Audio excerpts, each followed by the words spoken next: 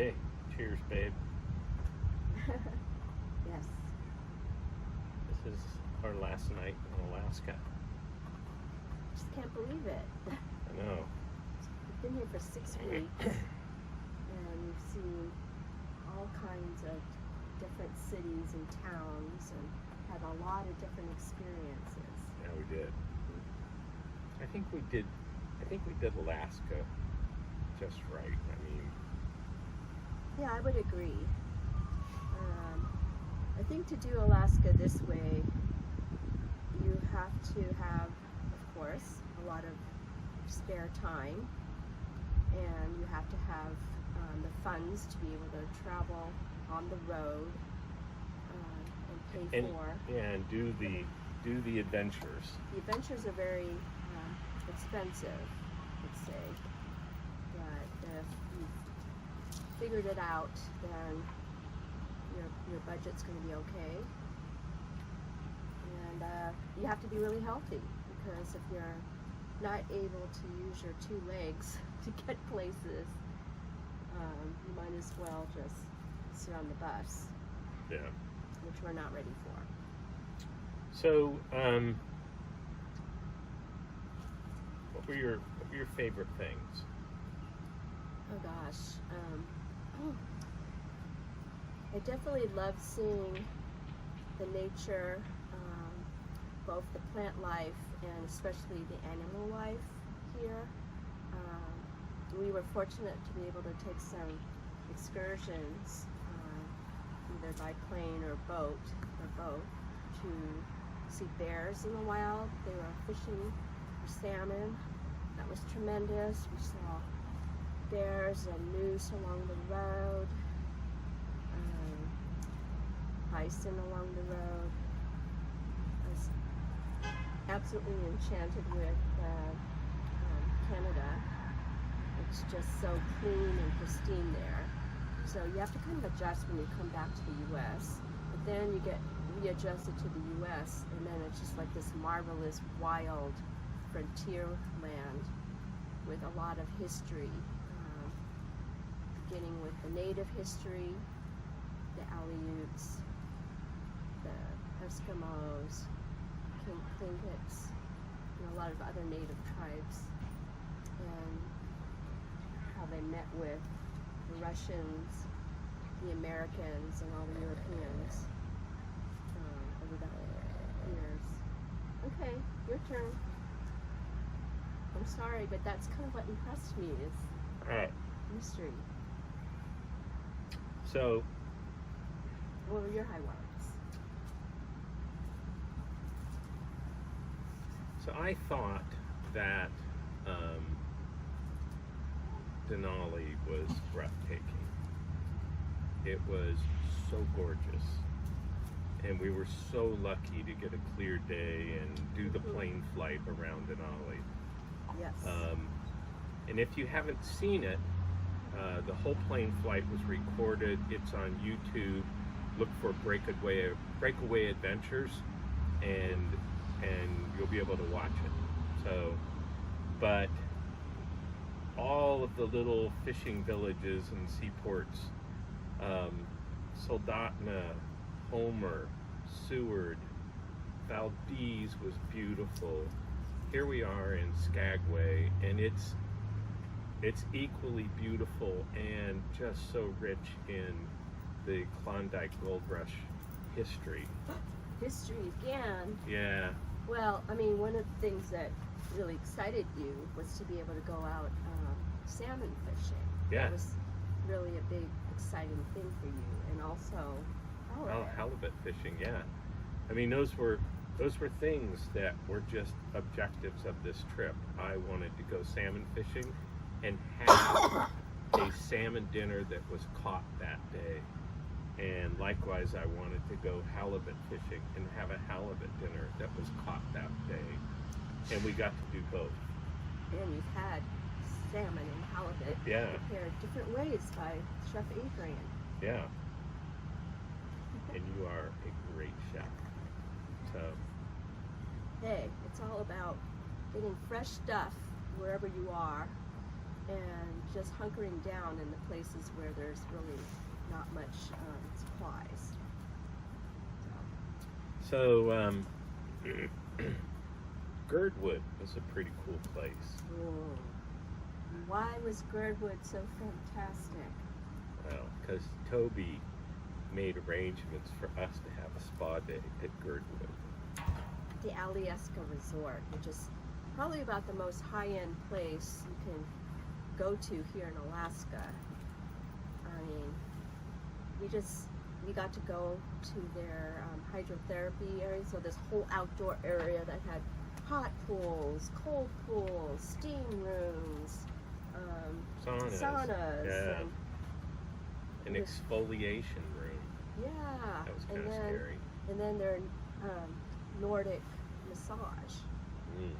So that's what I'm saying. You paid for it, but Toby it was paid for great. It was great. Thank you, Toby. And then there was a tram ride that you could take up and be right next to, That was Alaska Peak. yeah, the peak there. And Yeah, that was snow pretty cool. on the ground. That was really cool. So, what else? We got to go on a glacier and wildlife cruise out of Valdez. Oh yeah, the Lulabelle with Captain Fred. Yeah. What a character.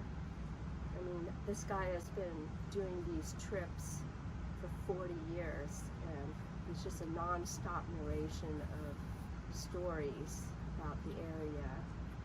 So it's 8 hours, so it's not short, but he brings you with his boat that can go through the ice and get you like a quarter mile away from the glacier.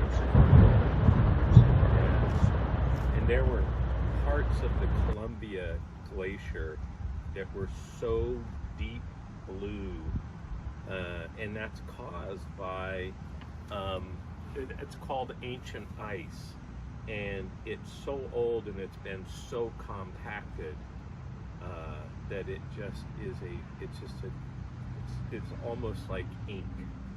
It's beautiful. Yes. We got to go on a cruise out of Seward as well, right? And that took us to a different glacier. I can't remember what the name of it Yeah, was. but we were also in the Kenai Fjords. Yeah, And we the went- Kenai Fjords.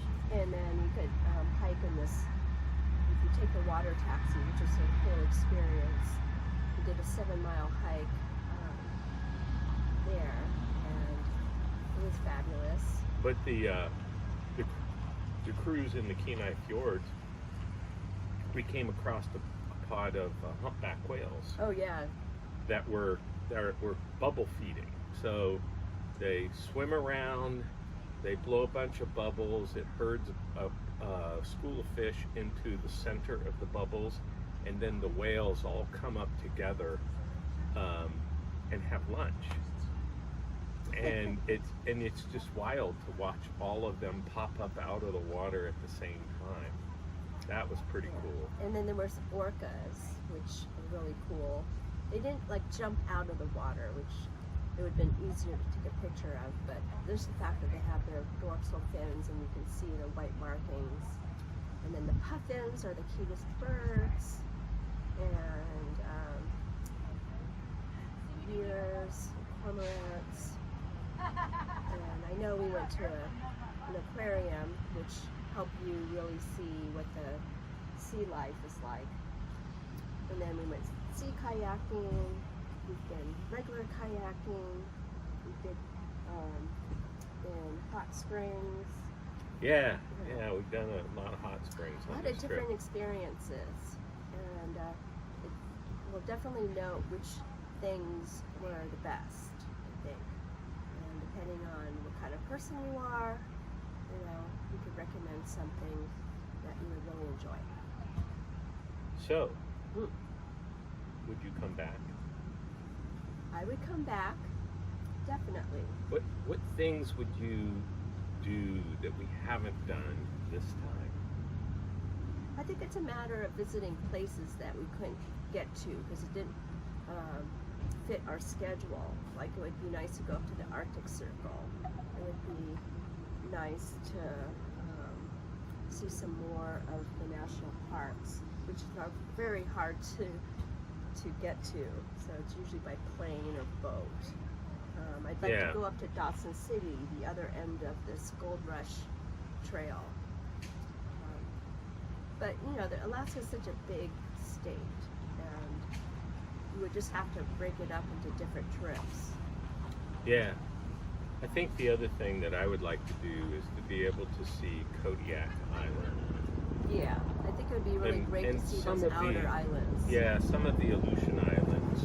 Right. You know, it'd be fun to. We've been listening to James Michener's Alaska on the way up here, and it talks about you know, the history of Alaska and you know, the natives, the Aleuts that lived on the Aleutian Islands and with their volcanoes, and it just would be incredible to go see that. We had, you know, really good fishing and hunting and subsistent lives, and then, you know, the rest of the world just came in. But don't get me started on that. So,